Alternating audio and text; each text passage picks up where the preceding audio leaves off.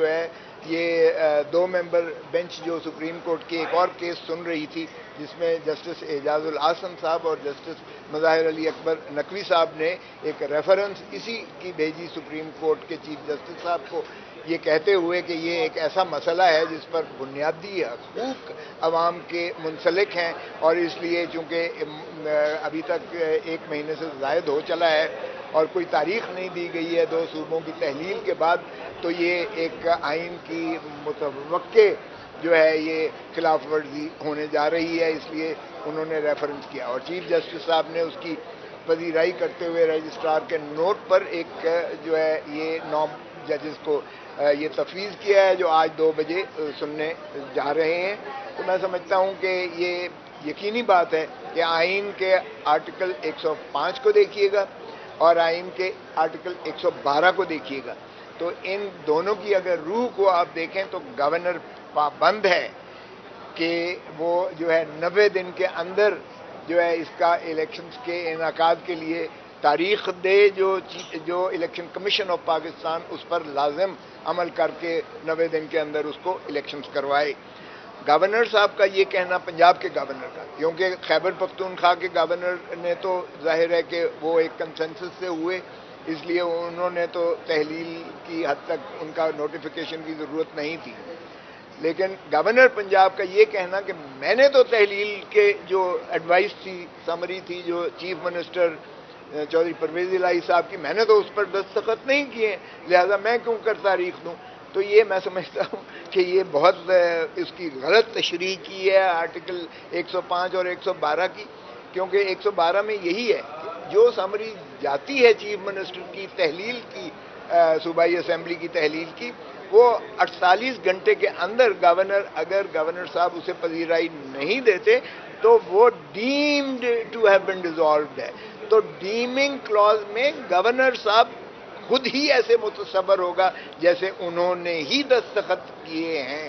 میں خود گورنر رہا ہوں، جب میں کسی سمری کو ریجیکٹ کرتا تھا تو ایک سیکشن آفیسر میرے ہی نام سے، یعنی دا گورنر از پلیز ٹو، کیونکہ قانون کی یا آئین کی منتہا یہ ہے کہ اس کے بعد it will be deemed to have been accept. تو ڈیمنگ کلاز میں گورنر صاحب ہی متصور ہوں گے کہ انہوں نے ہی اس کو جو ہے آئینی اختیارات کے تحت اس کو ڈیزالو کیا گیا ہے، یہی متصور ہوگا۔ تو یہ گورنر کا جو ہے عذر کہ جی میں نے دستخط نہیں کیے، میں تاریخ نہیں دے سکتا، یہ بالکل غیر آئینی عمل ہے، انہوں نے کیا ہے۔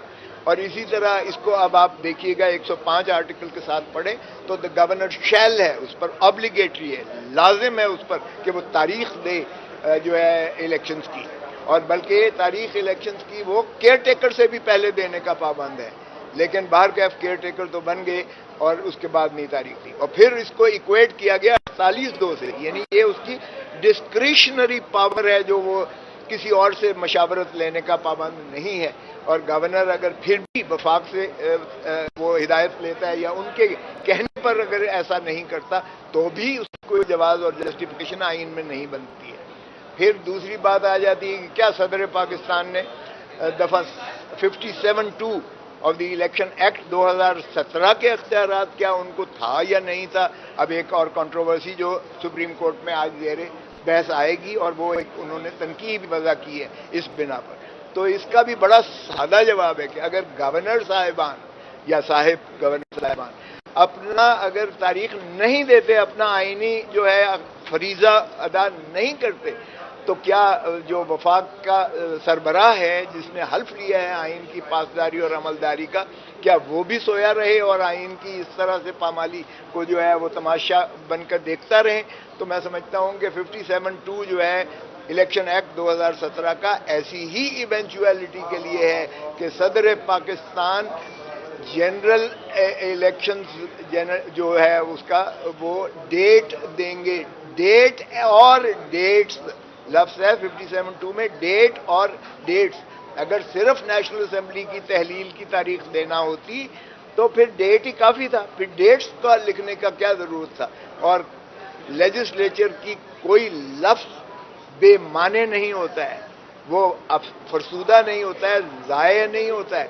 تو آپ کو یہ پڑھنا پڑے گا کہ 57(2) جو ہے الیکشن ایکٹ 2017 وہ صدر پاکستان کو یہ اختیار دیتا ہے کہ وہ نہ صرف قومی اسمبلی بلکہ صوبائی اسمبلی، اور جب اسمبلی کی تعریف کی گئی ہے الیکشن ایکٹ 2017 میں، تو assembly means national assembly and provincial assembly, وہاں بھی جو ہے قانون نے اسمبلی کو دونوں چیزوں پر جو ہے احاطہ کیا، قومی اسمبلی بھی اور صوبائی اسمبلی بھی۔ سو اگر آپ کنجوائنٹلی پڑھیں تو صدر پاکستان کا یہ اختیار ہے۔ ہاں ایک چیز جو رہ گئی کہ جی کنسلٹیشن، اس میں لکھا ہے in consultation with the election commission of Pakistan. اب کنسلٹیشن جو ہے، میں نے خود وہ کیس کیا تھا ایڈمرل فصیح بخاری کا سپریم کورٹ میں، وہ چیئرمین نیب کا کنسلٹیشن کے لفظ کو انہوں نے تصحیح کی تھی، اور اسی طرح پہلے بھی ایک کیس میں جو سندھ کے چیف جسٹس تھے وہ بھی نیب کے چیئرمین بنے تھے، اس کی بھی تشریح 2 سپریم کورٹ کی ججز موجود ہیں۔ کنسلٹیشن میننگ فل ہو، پرپوسو ہو، اور وہ جو ہے یعنی یہ ایسی آرٹیفیشل نہ ہو۔ تو صدر پاکستان نے ایک خط لکھا جس کا جواب ہی دینا جو ہے الیکشن کمیشن نے گوارا نہ کیا، دوسرا خط لکھا تو اس پر جواب میں الیکشن کمیشن صاحب لکھتی ہیں کہ یہ صدر کو غیر مناسب الفاظات استعمال نہیں کرنے چاہیے تھے۔ اب دیکھیے آداب ہوتے ہیں، ریاستی آداب ہوتے ہیں، آپ ایک ایگزالٹڈ جو highest office of the federation of Pakistan ہے، کوئی بھی ہو صدر، مجھے اس سے سروکار نہیں ہے کہ یہ عارف الوی صاحب ہیں، کوئی بھی ہو صدر پاکستان، وہ سربراہ ہے ریاست خدا داد پاکستان، اس کی تعظیم اور تکریم اسی طرح لازم ہے جس طرح کوئی فارمر پرائم منسٹر ہو، محترم نواز شریف صاحب ہوں یا محترم عمران خان، کوئی بھی ہو، ان کی تعظیم اور تکریم جو ہے وہ ہم پر لازم اور واجب ہے۔ یہی ہمارا دین سکھاتا ہے، یہی ہمارے اصول اور ضوابط سکھاتے ہیں۔ تو یہ انہوں نے تصحیح آمیز جو ہے صدر کے جو ہے الیکشن کمیشن نے، پھر صدر صاحب نے کہا کہ آئیے آپ کنسلٹیشن کے لیے پلیز آئیں، آپ کے ساتھ کنسلٹیشن کرنی ہے، تو انکار کر دیا، چٹا نہ کر دیتا، انکار کر دیا انہوں نے۔ یہ اس انکار کی اب کیا اہمیت ہے میں یہ نہیں کہوں گا کہ اس کا کانسیکوینس کیا ہونا چاہیے۔ الیکشن کمیشن بھی ایک آئینی ادارہ ہے، خدا را اگر صدر نے بلایا تو کیا صدر آپ کے آگے پاؤں پکڑے کہ مہربانی کر کے تشریف لے آؤ، یا صدر پاکستان خود جائے الیکشن کمیشن کے پاس؟ کبھی ایسا ہوتا ہے؟ صدر پاکستان ہی کے پاس جانا پڑتا ہے، چونکہ وہ آپ کے ریاستی آداب کا ہے، کسی کی ذات کی انا یا چھوٹے بڑے کا سوال پیدا نہیں ہوتا ہے۔ تو الیکشن کمیشن کو جانے میں کیا قباحت تھی؟ کہہ دیتے بھلا کہ سر یہ اس طرح سے جو ہے وفاقی حکومت یہ کہہ رہی ہے، صوبائی حکومت یہ کہہ رہی ہے، ایجنسیز یہ کہہ رہی ہیں، پیسہ نہیں مل رہا وغیرہ وغیرہ، جو بھی معروضات آ رہی ہیں۔ لیکن آج آپ دیکھیں کہ ترکی میں اردگان نے انکار کر دیا ہے الیکشن ملتوی کرنے کا، حالانکہ ادھر اتنا بڑا زلزلہ آیا ہوا ہے، 40,000 بندہ جو ہے شہید ہو گیا ہے، زلزلوں کے نیچے آ گیا ہے۔ ملک جو ہے کس طرح سے یعنی ملک کے بیشتر حصے کس طرح سے دنیا ساری چیزیں، لیکن ترکی نے کہا کہ کچھ بھی ہو جائے، قیامت بھی آ جائے، الیکشن نہیں ملتوی ہوگا۔ یہ ہے آئین کا پاسداری کا جو ہے اصول ہونا چاہیے۔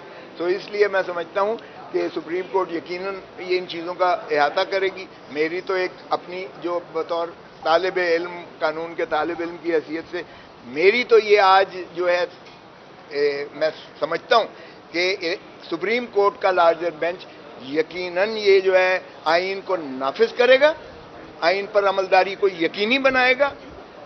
اگر گورننس کو 105 آرٹیکل میں یہ حکم دے کہ آپ اپنا فریضہ ادا کریں تو بھی ممکن ہے، وگرنہ اگر وہ سمجھیں کہ اگر ان کے انکار کی روشنی میں الیکشن صدر پاکستان نے تاریخیں دی ہیں، یہ بھی ممکن ہے۔